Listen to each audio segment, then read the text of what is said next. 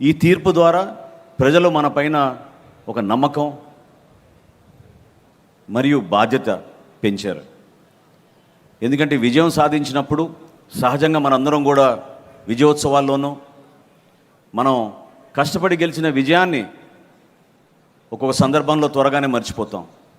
కానీ పార్టీ నిర్మాణం చేసుకుంటూ ప్రభుత్వ పరిపాలన ప్రతిరోజు నిమగ్నమై మన నాయకులు చంద్రబాబు నాయుడు గారు, పవన్ కళ్యాణ్ గారు కేంద్రం నుంచి మనం ఏ విధంగా నిధులు రాబడి తీసుకురావాలి, కేంద్రం నుంచి నరేంద్ర మోడీ గారి నాయకత్వంలో ఏ విధంగా మనం మన రాష్ట్రానికి మంచి జరగాలనే ఆలోచనతోటి పనిచేస్తున్న తీరుని ప్రజలు ఆశీర్వదించారు. దాన్ని మనం మర్చిపోకూడదు. ప్రజలు మనకి గుర్తు చేశారు మన బాధ్యత ఏంటనేది. ఆంధ్రప్రదేశ్ని అంధకారంలో నెట్టిన గత 5 సంవత్సరాల పరిపాలన నుంచి మరొక్కసారి ఒక ఆశతోటి, ఒక నమ్మకంతో మనల్ని కూడా ఆశీర్వదించారు. గత సార్వత్రిక ఎన్నికల్లో జరిగిన ఆ మెజారిటీస్ ఏవైతే ఇచ్చారో ప్రతి శాసనసభలో కూడా, శాసనసభ నియోజకవర్గాల్లో కూడా, పార్లమెంట్ నియోజకవర్గాల్లో కూడా ప్రజలు మనస్ఫూర్తిగా నిండు మనసుతోటి మనం ఆశీర్వదించారు.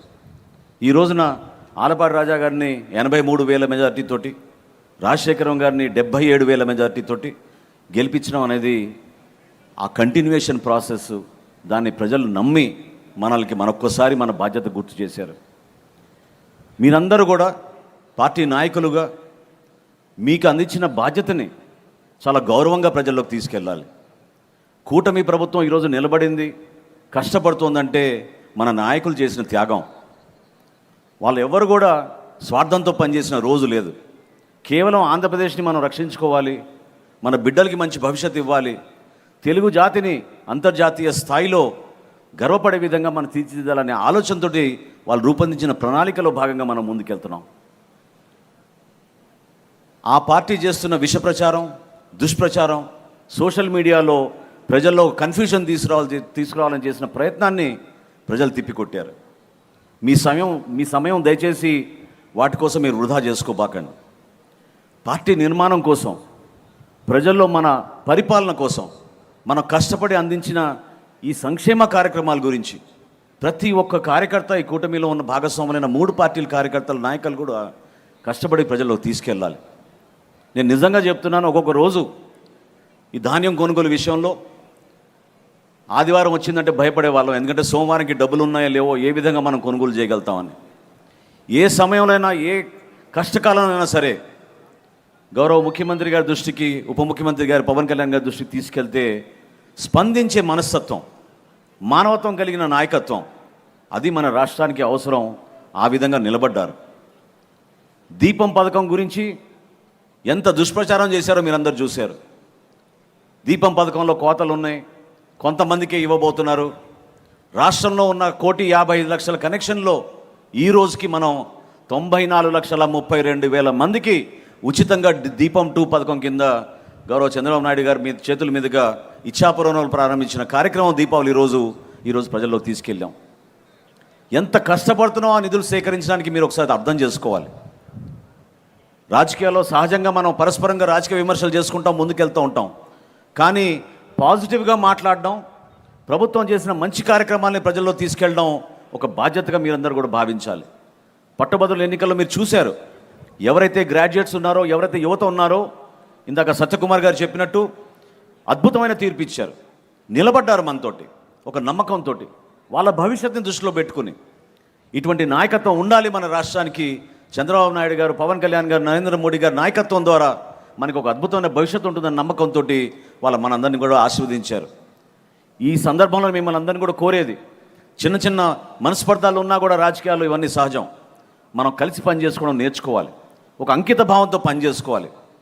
తెనాలి నియోజకవర్గం నుంచి నాయకులు నిర్ణయించినప్పుడు, ఒక అభ్యర్థిగా నేను పోటీ చేసినప్పుడు నిండు మనసుతోటి ఆలపాటి రాజేంద్ర ప్రసాద్ గారు నాతో ప్రతి అడుగు వేసి ఆ రోజు నా విజయానికి సాధించారు, నిలబడ్డారు. అటువంటి మనస్తత్వం, అటువంటి నాయకత్వం మనందరిలో ఉండాలి.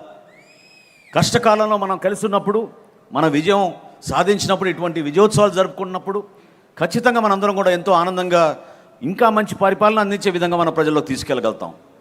మీ బాధ్యత ప్రజల పక్షాన్ని నిలబడ్డాం. ఇక్కడ ఉన్న నాయకత్వం, ప్రత్యేకంగా మన గౌరవ ముఖ్యమంత్రి గారు ఏ విధంగా పనిచేస్తున్నారో మీరందరూ చూశారు.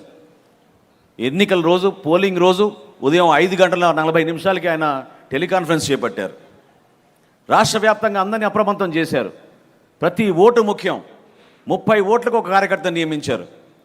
ఒక ప్రొఫెషనల్ విధానంలో, ఒక మేనేజ్మెంట్ పర్స్పెక్టివ్లో ఆలోచించి అద్భుతమైన విజయం సాధించేటట్టు పార్టీ యంత్రాంగం కలిసి వచ్చింది. నారా లోకేష్ గారు కూడా ఎన్నో సందర్భాల్లో Janasena party, Telugu Desam party, Bharatiya Janata party సమన్వయపరచాల్సిన అవసరం చాలా ఉంది. నాయకత్వాన్ని ముందు తీసుకెళ్ళండి, దయచేసి మండల స్థాయి నాయకుల్ని, గ్రామ స్థాయి నాయకుల్ని అని ఎన్నో సందర్భాల్లో ఆయన కూడా గుర్తు చేస్తూనే వచ్చారు. అందరం కలిసి మనం పనిచేసాం. అందుకని ఇంత అద్భుతమైన విజయం సాధించగలిగాం. దాన్ని మనం మర్చిపోకూడదు, నిలబెట్టుకోవాలి. ఆ బాధ్యతని, ఆ గౌరవాన్ని ప్రజల్లో ఎల్లప్పుడూ ఉండే విధంగా, రాష్ట్రానికి ఒక అద్భుతమైన పరిపాలన అందించే విధంగా మనందరం కలిసి వెళ్దామని నాకు ప్రత్యేకంగా ఆహ్వానించి చక్కటి అవకాశం కల్పించినందుకు గౌరవ ముఖ్యమంత్రి గారికి, తెలుగుదేశం పార్టీ నాయకులకి మరొక్కసారి రాష్ట్ర ఉప ముఖ్యమంత్రి, జనసేన పార్టీ అధ్యక్షులు పవన్ కళ్యాణ్ గారి తరఫున మీ అందరికీ కూడా అభినందనలు తెలుపుకుంటూ సెలవు తీసుకుంటున్నాను. నాదెండ్ల మోహన్ కుమార్ గారికి ధన్యవాదాలు తెలియజేసుకుంటూ, ఇప్పుడు తెలుగుదేశం పార్టీ జాతీయ ప్రధాన కార్యదర్శి, విద్యాశాఖ మార్చినటువంటి, అలాగే యువ నాయకత్వాన్ని తెలుగుదేశం పార్టీలో నింపినటువంటి నాయకుడు లోకేష్ బాబు గారు ఒక సందేశం వస్తుందిగా కోరుచున్నాం. జై తెలుగుదేశం, జై తెలుగుదేశం, జై ఎన్డీఏ, జై ఎన్డీఏ.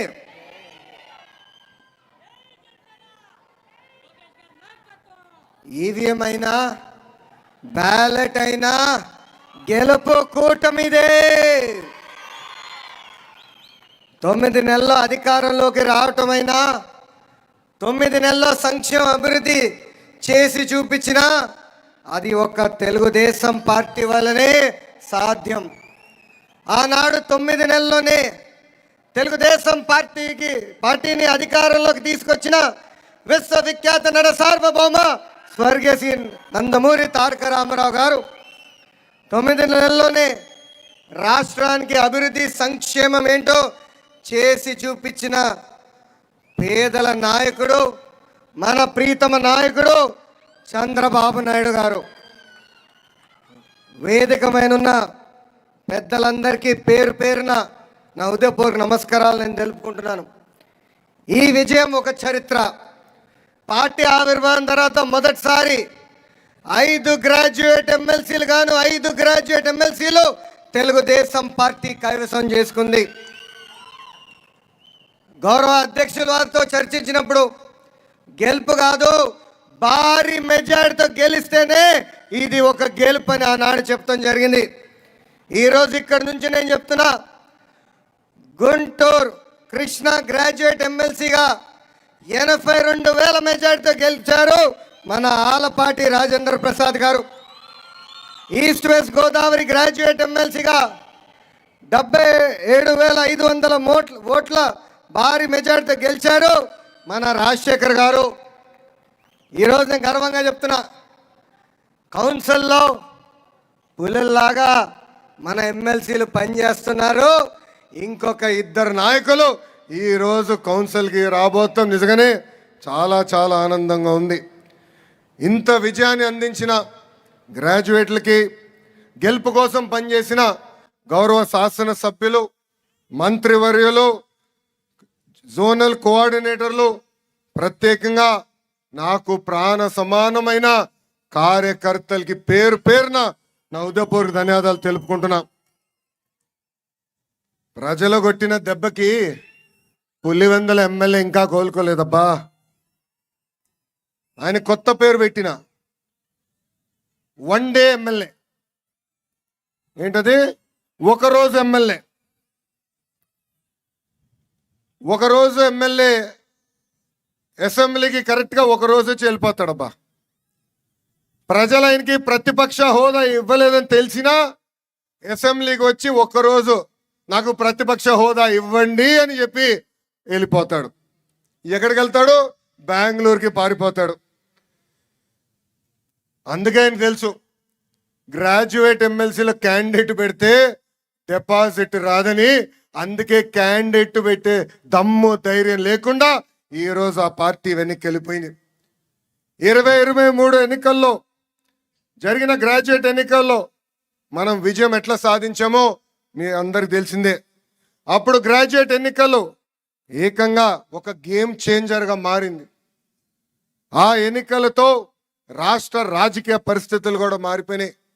పార్టీ ఆవిర్భావం తర్వాత మొదటిసారి 8 నెలలు ముందుగానే క్యాండిడేట్లు మనం ప్రకటించుకున్నాం. ఒక వెస్ట్ రాయలసీమ గ్రాడ్యుయేట్ ఎమ్మెల్సీగా రామ్ గోపాల్ రెడ్డి గారు ఏమి, ఈస్ట్ రాయలసీమ గ్రాడ్యుయేట్ ఎమ్మెల్సీగా ఒక కంచర్ల శ్రీకాంత్ గారు ఏమి, ఉత్తరాంధ్ర గ్రాడ్యుయేట్ ఎమ్మెల్సీగా చిరంజీవి గారేమి ఆ రోజు ఒక ఘన విజయం సాధించారు. ఆ ఎన్నికల దెబ్బకే వైకాపా దిమ్మ ఆనాడే తిరిగింది. ఆ రోజు నుంచే సీన్ రివర్స్ అయింది. కట్ చేసి ముందుకు చూస్తే 164 సీట్లతో ప్రజా ప్రభుత్వం ఆంధ్ర రాష్ట్రంలో ఏర్పడింది. ఒక పక్కన మోడీ గారు మేనియా, ఇంకో పక్కన బాబు గారు బ్రాండ్, ఇంకో పక్కన నాకు అన్న సమానమైన పవన్ అన్న పవర్ దెబ్బకి వైకాపా దిమ్మ తిరిగింది, దుకాణం బంద్ అయింది. అసలు దేశానికి సంక్షేమం పరిచయం చేసిన వ్యక్తి అన్న ఎన్టీఆర్. వైకాపా ప్రభుత్వంలో 5 ఏళ్ళు చేయని సంక్షేమం మన ప్రభుత్వ అధికారంలోకి వచ్చిన మొదటి 9 నెలల్లో చేసి చూపించాం. మొదటిది పెన్షన్. ఇక్కడున్న కార్యకర్తలు అందరూ ఆలోచించాలి. 2014లో చాలని 200 రూపాయల పెన్షన్ని ఒకే సంతకంతో 5 రెట్లు పెంచి 1000 రూపాయలు చేసిన ఘనత మన నాయకుడు చంద్రబాబు నాయుడు గారి. అంతేకాదు అదే 1000 రూపాయల పెన్షన్ని తిరిగి 2000 రూపాయలు చేసిన ఘనత కూడా మన నాయకుడు చంద్రబాబు నాయుడు గారిది.